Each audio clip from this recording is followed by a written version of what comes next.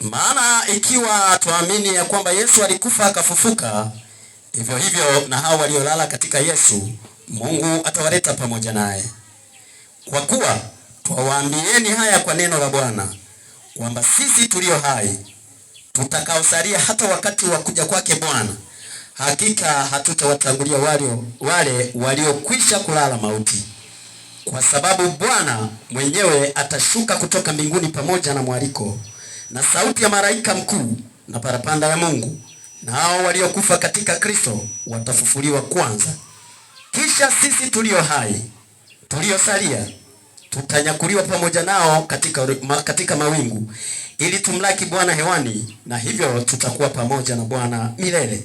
Basi farijianeni kwa maneno hayo. Amen. Pokea utukufu Mungu wetu uliye hai, kwa jina la Yesu Kristo wa Nazareti. Wewe uliyetupa neema ya kuishi katika nchi, ili Bwana tuwe shuhuda na sifa ya utukufu wako katika siku ulizotupa. Karibu tena muda huu mzuri ambao umetupa mchache, ili tupate kujikumbusha habari njema za ufalme wako ziletazo matumaini ndani yetu. Nasi Mungu wa pekee tukae baraka katika nchi uliyotupanda hata siku ile utakayotutoa kwa ajili ya utukufu wako, katika jina la Yesu Kristo. Amen. Bwana Yesu Kristo asifiwe. Amen.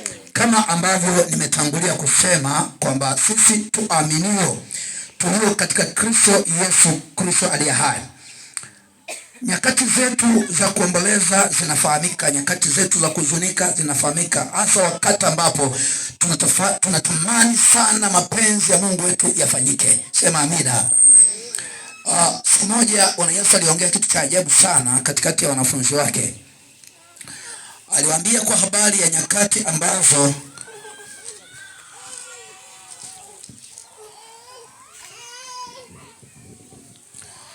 aliambia kwa habari za nyakati alipokuwa anaishi na wanafunzi wake. Wakamuuliza, baadhi ya wanafunzi wengine wakamuuliza Bwana Yesu, mbona wanafunzi wako hawafungi? Yesu aliongea kitu cha ajabu sana kwamba bibi harusi aweza kafunga katika siku ya harusi, si ndio? Wengi tunafahamu ni siku ya kula, ya kunywa na kufurahi. Akasema wawapo na bwana harusi hawawezi kufunga. Maneno hayo alimaanisha nini? Bwana Yesu asifiwe sana. Amen. Mtu awaye yote anayempata Yesu Kristo katika siku za uhai wake, Yesu anafanya jambo la ajabu sana ndani ya maisha ya huyo mtu yeyote yule. Na mimi nilishangaa na nilishuhudia mambo haya. Acha nianze kwa kushuhudia jambo hili. Tumesoma maandiko matakatifu hapa. Mtumishi wa Mungu analitia moyo kanisa, anawatia moyo watakatifu walio na matumaini katika Kristo Yesu, ya kwamba haiwapasi kuhuzunika kama wengine wasio na matumaini. Mimi nakumbuka mwaka 2014 ilikuwa nimefiwa na mama yangu mpendwa sana, ambaye kwa kweli sikuwa tayari kwa nyakati hizo kama angeweza kunitoka. Lakini nilishangaa kitu cha ajabu sana. Kwa neema ya Kristo alikuwa amemwamini Yesu Kristo, lakini pia mimi nilikuwa tayari nimeupokea wokovu.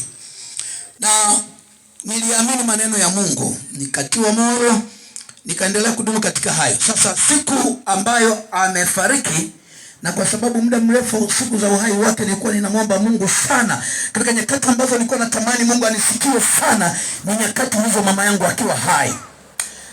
Na sasa siku alipoondoka duniani, ndipo nilishiriki mguso wa faraja ya Yesu.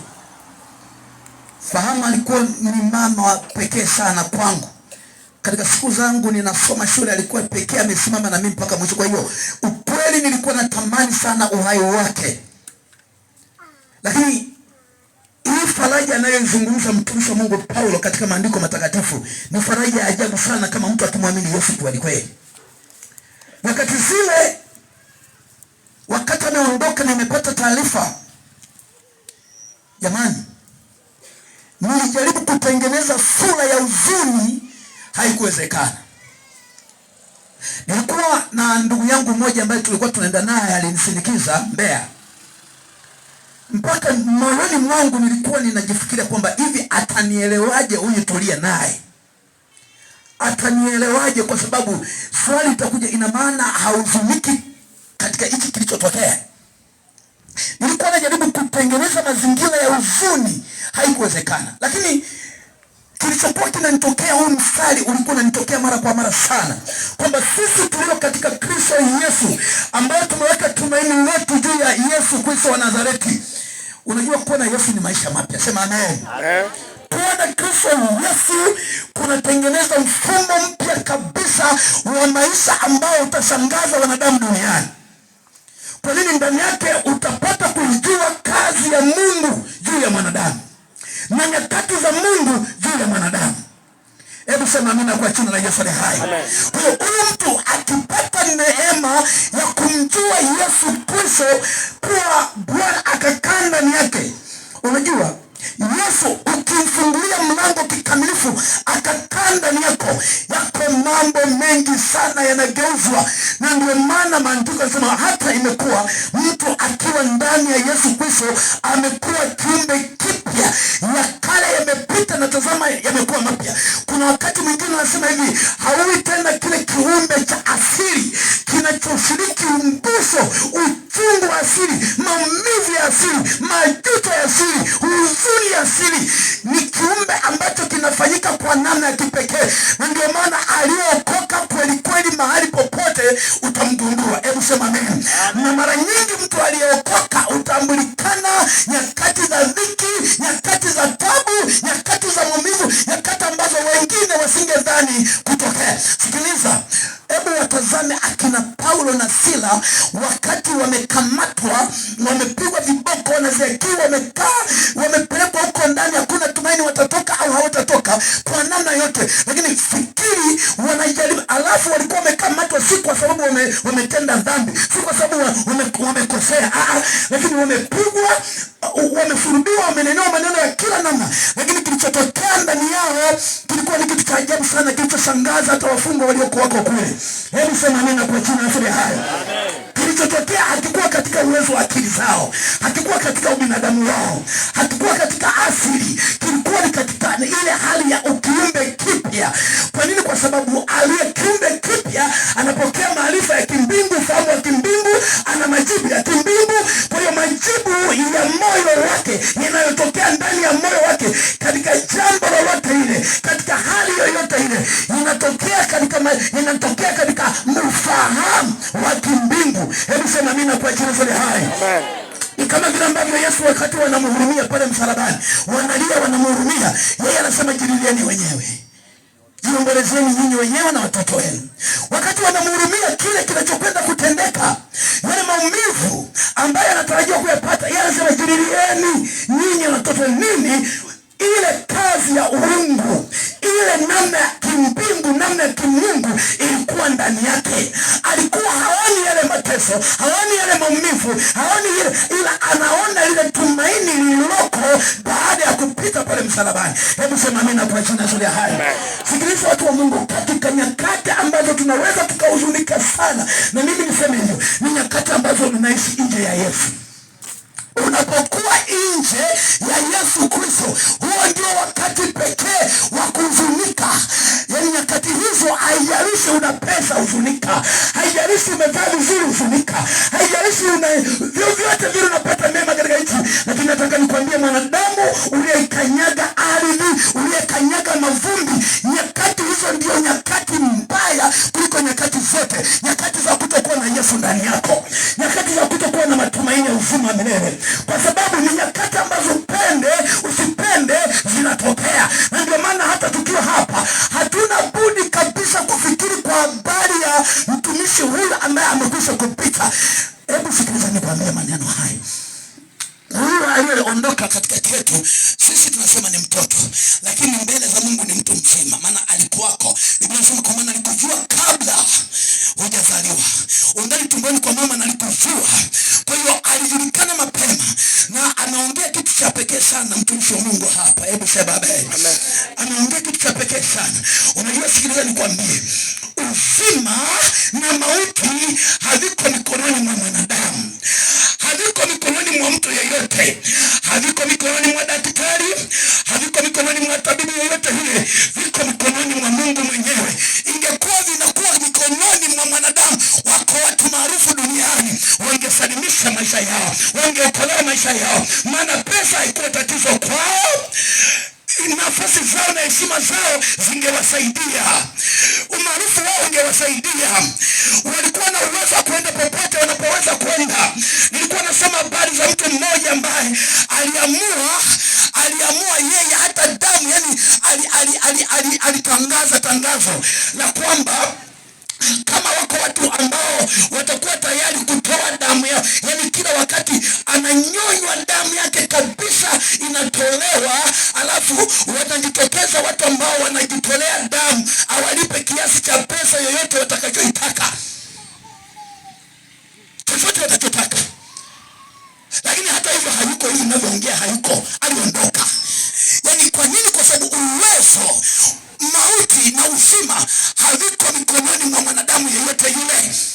Sema amina kwa jina la Yesu. Sikiliza, haviko mikononi mwa mchungaji, haviko mikononi mwa daktari bingwa, wala wengine wanadhani kwa mganga wa kienyeji, wengine wanadhani kwa namna yote.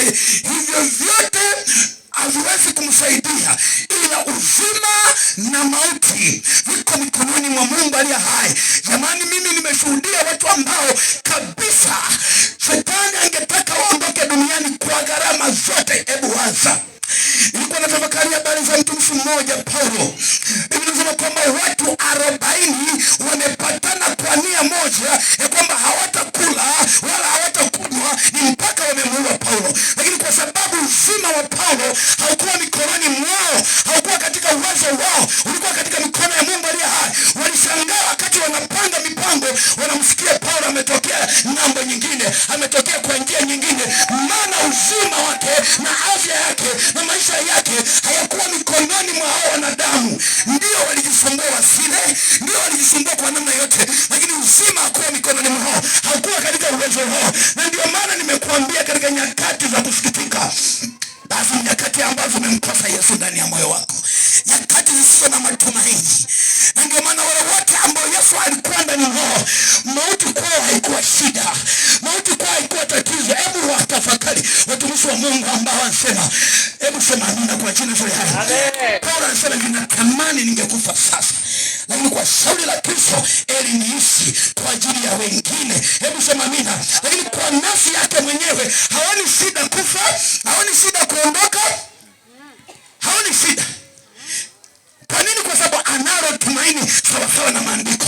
Tujapokufa tukazikwa, tungali tunaishi bado. Hakuna mtu yeyote aliye na Yesu Kristo ambaye anakufa. Sikiliza watumishi wa Mungu mlioko hapa, sisi ambao tunaishi, tunaoishi mpaka wakati huu, sisi iko hivi.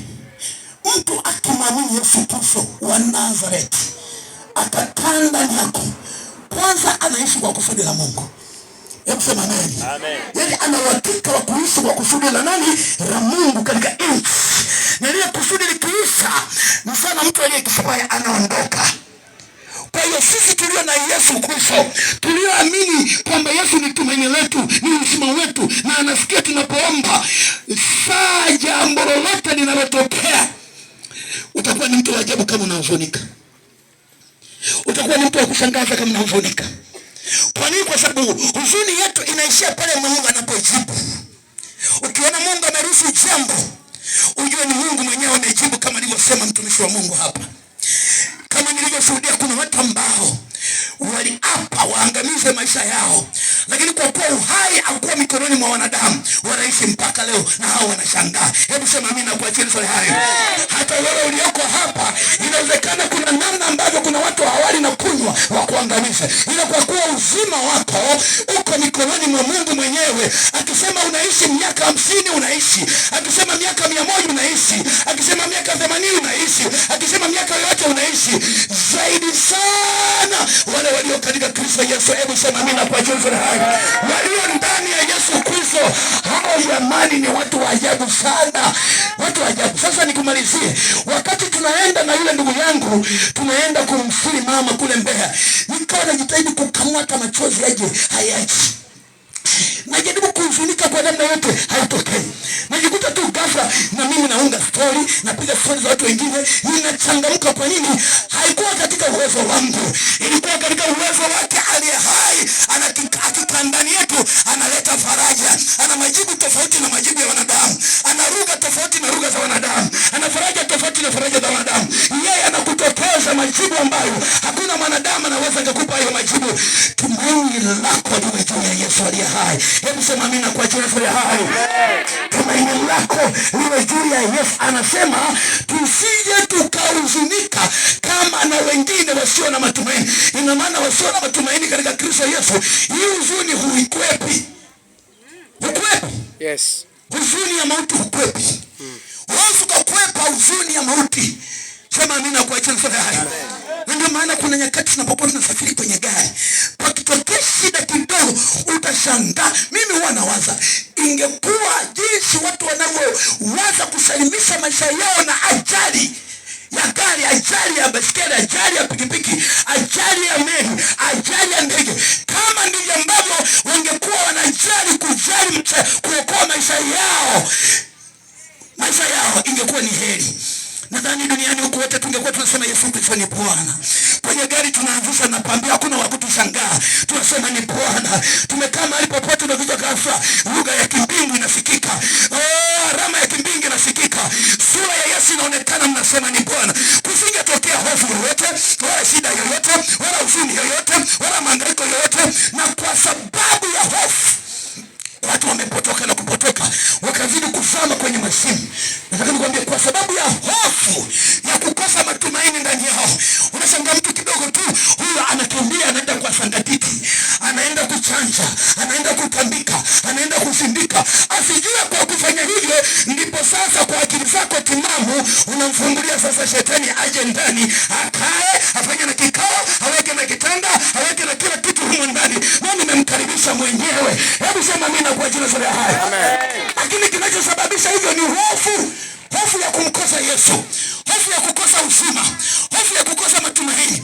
Walio na matumaini katika Kristo Yesu, wanapoona jambo limetokea ambalo walikuwa wakiomba, walikuwa wakifunga, walikuwa wakimulilia Bwana, linapotokea wanasema jina la Bwana libarikiwe. Hebu mkumbuke mtumishi wa Mungu Daudi, ambaye kuna mtoto alimzaa japo nje ya mapenzi ya Mungu, lakini hakutamani sana yule mtoto afe. Alipenda aishi, akajitahidi siku 7 bila kula wala kunywa na kuoga, akawa anamuomba Mungu amsaidie mtoto aishi. Lakini alipokufa yule mtoto, ghafla Biblia inasema kwamba Daudi alipopata taarifa ndipo akasema, sasa nioge, alafu leta na chakula mbele yangu nile. Kwa nini? Kwa sababu nafasi yangu imefikia ukomo. Sasa hii yako mbele ni ya Mungu mwenyewe. Hebu sema amina kwa jina la Yesu. Hebu nasema kwamba akafurahi. Nini? Anajua nafasi yangu mimi imeisha. Hii sasa ni ya Mungu ambayo hakuna mwanadamu anaweza kupindua wala kugeuza wala kubadilisha majira na nyakati za Mungu aliye hai. Ndio maana nimekuambia uzima wetu hauko mikononi mwa wanadamu, hauko mikononi mwa namna yote, isipokuwa ni mikononi mwa Mungu mwenyewe. Wako watu ambao wanaweza wakachukua ndege, wakakodi ndege, wakachukua na ukoo, familia, wakaenda India, wakaenda wapi, lakini kwa kuwa uzima na wote aliko katika uwezo wao, watarudi na huzuni vile vile.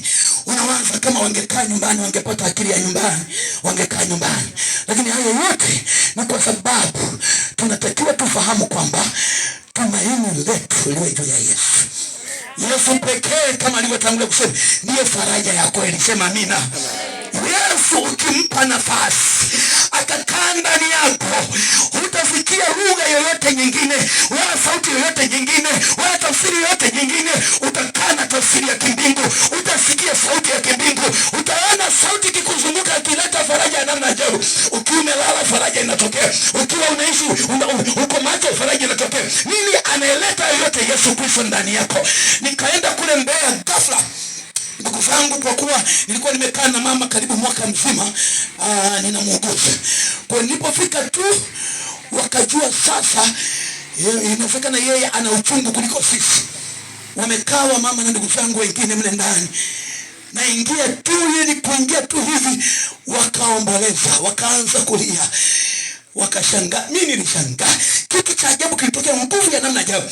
Nikawa na watu wanasema jamani tulieni. Kikawa ni kitu cha ajabu. Walifikiri na mimi nitaunga tela. Unajua wanakiuza na wandali wanavolia. Wanalia kwa namna ya ajabu sana. Wanaambatanisha kilio na kigeregere. Wanalia. Lakini wakashangaa na wanyamazisha. Wanafikiri na jambo jipya. Nikasema jamani tumshukuru Mungu. Kwa sababu nafasi yetu imeisha. Nafasi iliyobaki ni ya kumshukuru Mungu. Tukamshukuru Mungu, nikachukua nafasi nikakaa. Wakawa wanashangaa. Muda mfupi nikashangaa. Nikawaambia maneno machache ya faraja pale. Nikashangaa ghafla stories zimeanza huko ndani. Unaonaje kama na mimi ningeunga tera? Nikasema mama yangu wewe aliyenisomesha wewe ningesababisha taharuki na wengine pengine kudondoka BP huko. Wangekumbuka mambo mengi. Lakini faraja ya Yesu Kristo ilikalia nafsi yangu. Sikukumbuka taabu zake kwa ajili yangu wala ile kwa ajili yangu. Kwa nini? Kwa sababu Kristo akikaa ndani ya mtu anakufanya kuwa wa tofauti. Kufikiri kwako tofauti, kuwaza kwako tofauti, mahesabu yako tofauti, tafakari yako tofauti, fikra yako tofauti, mtazamo wako tofauti, kila kitu kinakuwa tofauti. Na ndio maana watu watakushangaa, ni watu wa namna gani huyu? Mtu wa namna gani huyu? Lakini kumbe umempokea aliye ndani yako. Mwenye majibu, anayeleta faraja ya kweli. Na kusii mama yangu, na kusii ndugu yangu mtumishi wa Mungu, faraja ya kweli iko kwa Yesu. Na saa linapokujia wazo la kuwaza ingekuwaje, angekuwa na umri gani, angekuwaje, ndio unasema mwamba wenye imara kwako ni itajificha, maji na damu yaliyotoka huko hunisafi na dhambi, hunifanya mshindi kwa kazi zote pia zitimilisharia nikifanya bidii nikiri yanakudhi hayaishi makosa ndiwe wa kuokoa. Ghafla unashangaa kijito cha maji ya tulizayo kinaanza kumiminika, kinaanza kusuka, kinaanza kutiririka juu yako. Ghafla unasikia lugha ya kimbingu inatokea. Ghafla unasahau kila kitu. Ghafla unasahau tabu na maumivu, unasahau gharama, unasahau kila kitu. Unamtukuza Mungu aliye hai. Hebu sema mimi na kwa jina la hai. Sema tena mimi na kwa jina la hai. Yesu Kristo ruhusu akae ndani ya moyo wako. Kumbuka neno la kuondoka nalo, mama uliyeko hapa, baba uliyeko hapa, ujue kabisa kwamba usijifariji wala kujitumaini kwa namna yoyote. Hakuna huzuni duniani na kwa mwanadamu kama huzuni ya kumkosa Yesu. Kama ndani yako huna tumaini lolote, hujui kesho yake itakuwaje, lakini aliye na Yesu Kristo anayo faraja. Hebu sema mimi na kwa jina la Yesu. Ndio maana kuna watu waliacha kulima, waliacha kufanya kazi kwa sababu walitishwa kesho wataondoka, kesho watatoweka, kesho wakaacha kufanya shughuli. Maana hawakuelewa, hawakuwa na tumaini, hawakuwa na mahesabu ya kimbingu ndani yao. Lakini aliye na ufahamu wa kimbingu, sikiliza, atafanya lolote liwezekanalo kwa muda wowote mpaka saa Yesu atakapomkutia, ndio hapo hapo. Hebu sema mimi na kwa jina la hai. Kuna watu walidanganywa wakasema mwaka 2000 ni mwaka ambao dunia inaondoka. Wengine wakauza mashamba, wengine wakauza nyumba, wakasema tule tunywe, wakasema tuze, na wengine wakauza nyumba zao wakijua sasa tunaishi. Hakuna, wanaishi mpaka leo na wanaishi kwa tabu, kwa sababu ufahamu wa kimbingu hakuwa ndani yao, akili ya kimbingu haikuwa ndani yao, Yesu akukaa ndani yao mwenye mahesabu ya kimbingu. Hebu sema amina. Amen. Tafakari sana juu ya maisha yako yaliyopo katika nchi. Kwa sababu maadamu tu unaitwa mtu mwenye mwili na nyama, huna namna mwanadamu, yale yote yaliyonenwa katika maandiko matakatifu yatakuwa juu yako. Lakini ashukuriwe Mungu aliyetutia moyo kupitia maneno yake matakatifu. Anasema wale walio katika Kristo Yesu, wanaoamini Yesu alikufa na akafufuka, na wanaamini pamoja kama alivyokufa akafufuka, ndivyo tutafufuliwa pamoja naye tukiwa tumevikwa miili mipya. Alafu tena anasema kwamba hatutawatangulia hao waliokwisha kulala mauti. Maana nini? Hatutawatangulia. Biblia inasema kwamba hao kwanza watafufuliwa, alafu na sisi tuliosalia tulio hai tutaambatana pamoja nao, alafu wote tutaisikia parapanda ya Yesu Kristo itakapolia, alafu wote tutavikwa miili mipya, alafu wote tutapokea nguvu. Hii ni wale tu walio katika Kristo Yesu ambao taa zao zinawaka. Hao watapata nguvu ya kupaa pamoja naye, watasifu pamoja na jeshi la mbinguni wakiuendea mji wao mtakatifu. Hebu sema amina. Na kwenda kumalizia, shika maneno haya, shika maneno haya ya kwamba hatuna uzuru maadamu tumevikwa miili ya nyama, tuko katika nchi, tutafute uzima wa milele. Amen. Tutafakari sana juu ya huyu Yesu aliye hai. Amen. Tutafakari sana yaliyo juu Mungu aliko. Ndio. Tuwaze hai. Kwa nini? Kwa sababu hatuna namna. Na tukiwa na hai tutapata faraja ya ajabu sana isiyoneneka, faraja ya kimbingu. Bwana Yesu asifiwe sana. Amen. Mungu akubariki kwa neno hili. Amen. Unapotoka tafakari, unapoondoka ondoka nalo. Waza kwa habari yako mwenyewe kama Yesu alivyosema, jililieni nyinyi wenyewe na watoto wenu. Hebu sema amina. Amen. Na katika nyakati hizi za mwisho, nyakati za kujali sana maisha yetu ya baadaye kuliko ya sasa. Amen. Waza sana kwa habari ya maisha yajayo, sio ya sasa. Amen. Kuna udanganyifu mwingi ulioko duniani. Shetani ameleta faraja za namna nyingi duniani. Kuna mambo mengi. Acha niseme jambo hili nikiwa ninamaliza, kwa sababu kwa neema ya Kristo tumeonana. Hebu sema amina kwa jina la Yesu. Amen. Acha nikushirikishe mpango wa shetani juu ya maisha yetu. Ile ajenda yake ya tangia zamani ya kusema ukinisujudia nitakupa miliki ya dunia. Hiyo ajenda haijaisha mpaka leo ipo. Ni kampeni yake duniani kote. Anaibua hiki na kile na kile. Lengo lake ni lugha ile ile kwamba ukinisujudia nitakupa miliki yote ya dunia. Wakati ukiwa unafanya kazi zako za shamba, kazi zako ofisini, kazi zako za biashara, shughuli ya kila namna uliopewa kuifanya iliyo halali, waza sana hiyo nafasi, hiyo kazi, hiyo shughuli isisimame kama Mungu kwako. Alafu kwa udanganyifu wa shetani kwamba ukinishuhudia nitakupa, atakwambia nitakupa magari, nitakupa majumba, nitakupa heshima, nitakupa vyeo. Tafakari pamoja na hayo yote uliyopewa kuyafanya, mtu wa Mungu, waza sana kwa habari ya Bwana. Fikiri sana kwa habari ya Bwana. Isiwe Jumatatu mpaka Jumatatu huna historia ya kukusanyika, huna historia ya kusoma neno wale walio muamini Yesu, huna historia ya kusikia habari za mbinguni, huna historia ya kufanya chochote. Nataka nikwambie hiyo ni kampeni ya shetani ya kuwafanya watu busy, na kuna kazi nyingine ambayo ameileta. Hivi huko kausha damu iko? Jamani, kausha damu huko iko? Ngoja nikwambie ajenda iliyoko ndani ya kausha damu. Na watu wa Mungu mliokoka, chukua tahadhari na kausha damu. Inakausha kweli kweli. Na ufahamu damu ni uhai. Wale waliosoma sayansi wanaelewa damu ni uhai. Sasa ile damu uhai ichukue isimame badala ya uzima wa milele. Unaposikia sema kausha damu, maana yake kausha uzima wa milele. Kausha uzima wa milele. Kausha uzima wa milele. Namna gani na kausha? Kwa sababu umeenda kuchukua 100,000 na umeambiwa kila siku urudishe kiasi fulani cha pesa.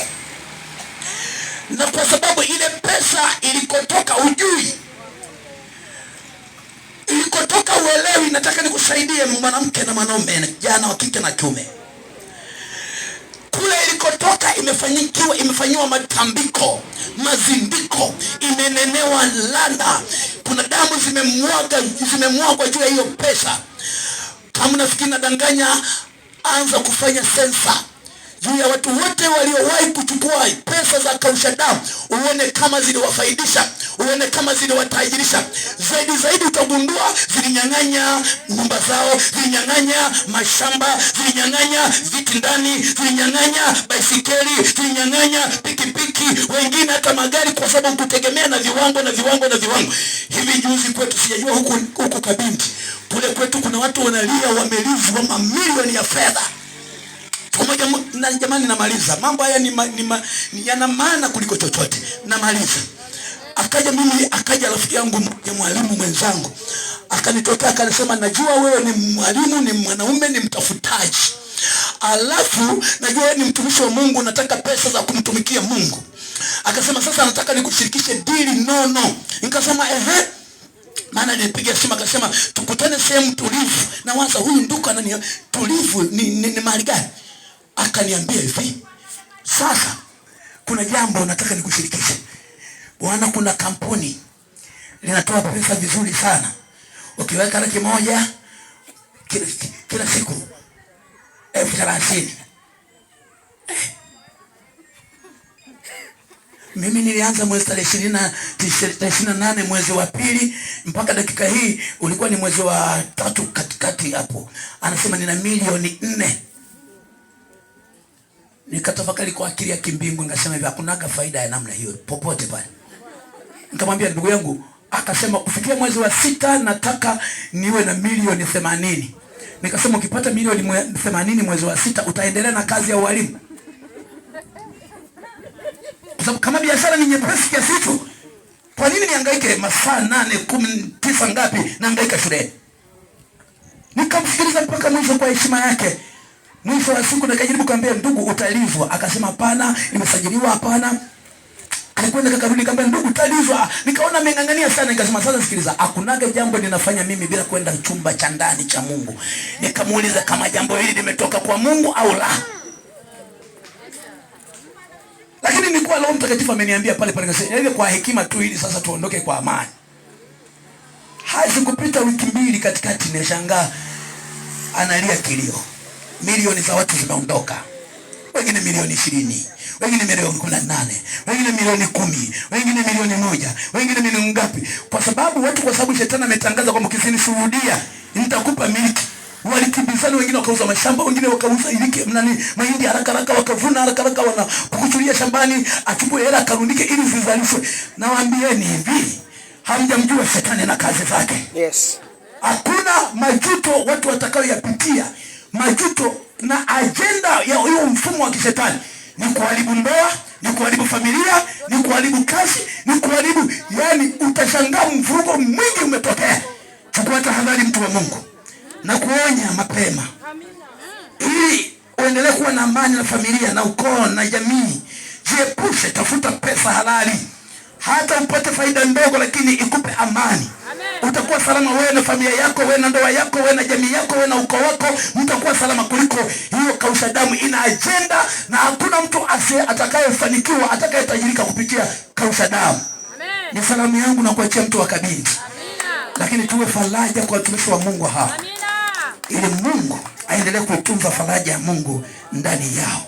Mungu akubariki. Naomba funika macho yako nimshukuru Mungu.